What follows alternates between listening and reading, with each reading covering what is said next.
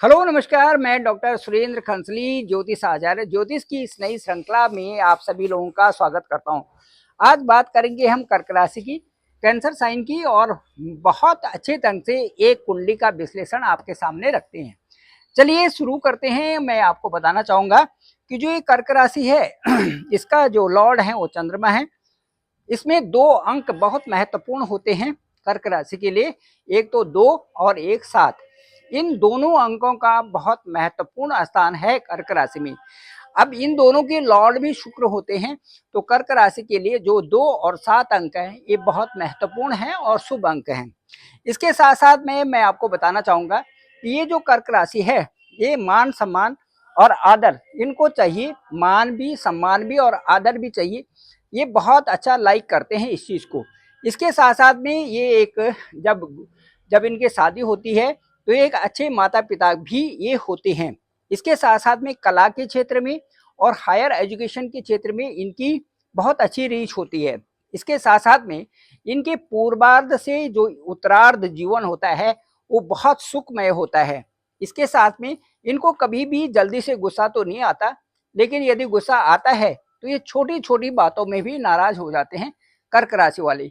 इसके साथ साथ में मैं बताना चाहूंगा कि जो ये जिस क्षेत्र में होते हैं, मेडिकल क्षेत्र, प्रोफेशन में, ये जो टीचिंग में या ये मैनेजमेंट में हायर जो प्रोफेसर वगैरह होते हैं, और इसके साथ साथ पॉलिटिक्स और मीडिया के क्षेत्र में भी इनकी बहुत अच्छी तरक्की होती है। मैं बताना चाहूंगा कि जो ये कर्क राशि है इसके लिए मेरे पास एक कुंडली आई हुई है। कुंडली में मैं बताऊंगा कि जन्म तिथि है 8 जनवरी 1996। जन्म होगा 8:08। चलिए देखते हैं कुंडली और कुंडली का विश्लेषण करते हैं। कर्क राशि की ये कुंडली है, आपके सामने मैं रखता हूँ। ये कुंडली है कर्क राशि की। इसमें इसमें मैं ये देखूंगा आपको कि जो मकर लग्न की कुंडली है, ये मकर लग्न की कुंडली में लग्न में मंगल, बुध और शुक्र बैठे हुए हैं। दूसरे स्थान में सैटर्न है, शनि है। तीसरे स्थान में केतु है। चौथा, पांचवा, छठा स्थान खाली है। सातवें स्थान में चंद्रमा है और ये कर्क राशि है। यहाँ पर देखिए ये चंद्रमा है और कर्क राशि है। उसके बाद ये नवम भाव है, नवम भाव में यहाँ पर राहु है। उसके बाद जो 10 और 11 खाली हैं और 12वें भाव में सूर्य और गुरु यहाँ पर विद्यमान है। इस तरह से ये कुंडली बहुत स्पष्ट तरीके से दिखा रही है कर्क राशि। और कर्क राशि का जो ये है, यहाँ पर देखिए 4 अंक है और यहाँ पर चंद्रमा है ठीक सप्तम भाव में। कर्क राशि की ये कुंडली हो गई। और इसके बाद मैं ये बताना चाहूंगा कि इस कुंडली में जो इस समय दशा चल रही है वो दशा इस समय है ठीक आज की जो आज और कल की जो दशाएं हैं वो मैंने इस तरह से रखी हुई है।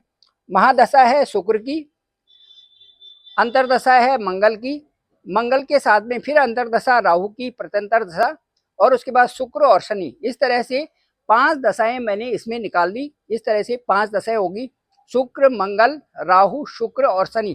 ये छोटी दशाएं होगी और महादशा है शुक्र की।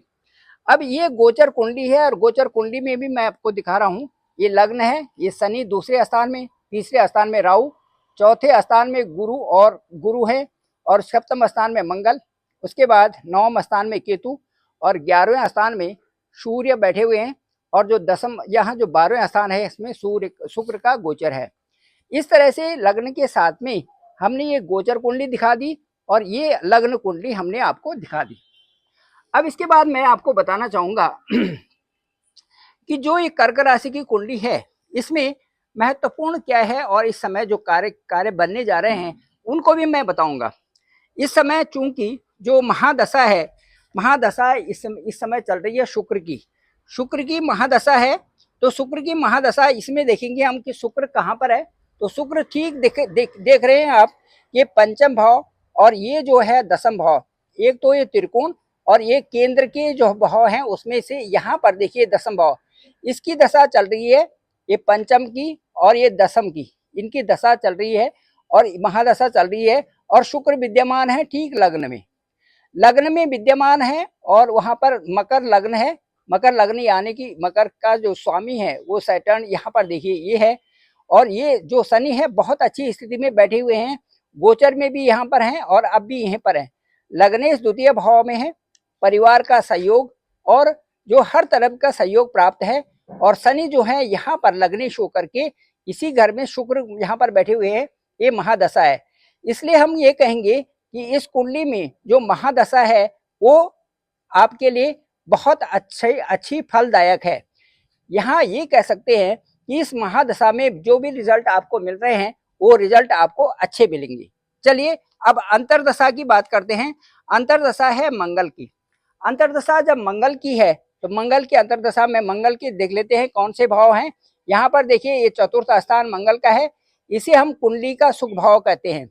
इसके साथ साथ में जो ये 11वां स्थान है ये भी मंगल का है, इसे हम लाभ स्थान कहते हैं, इनकम का सोर्स कहते हैं।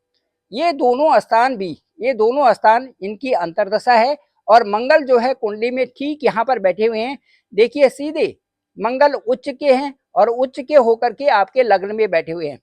इसका मतलब ये है कि जो कार्य क्षेत्र है उसमें आप मेहनत भी कर रहे हैं और मेहनत के साथ में जो रिजल्ट हैं उन रिजल्टों को निकालने के लिए आप पूरी तरह से तत्पर हैं। मंगल वहीं पर है, उच्च के मंगल हैं आपकी कुंडली में, जो कि आपके लिए इस समय बहुत ही फलदायक है। अब ये देखेंगे कि गोचर कुंडली में इस समय जो गोचर कर रहे हैं, ट्रांजिट कर रहे हैं, मंगल है यहाँ पर, देखिए यहाँ पर है और मंगल नीच के हैं, क्योंकि कर्क में यहाँ पर मंगल नीच के हो जाते हैं और यदि वो यहाँ पर बैठते हैं तो यहाँ पर उच्च के हो जाते हैं। जैसे कि इस कुंडली में आपने देखा होगा मकर में बैठ करके यहाँ पर मंगल उच्च के है। अब यहाँ से जो दृष्टि है मंगल की, जो दृष्टि होगी सीधे उच्च की दृष्टि यहाँ पर होगी। देखिए उच्च की दृष्टि यहाँ पर है और साथ साथ में मंगल भी जन्म कुंडली में यहाँ पर बैठे हुए हैं।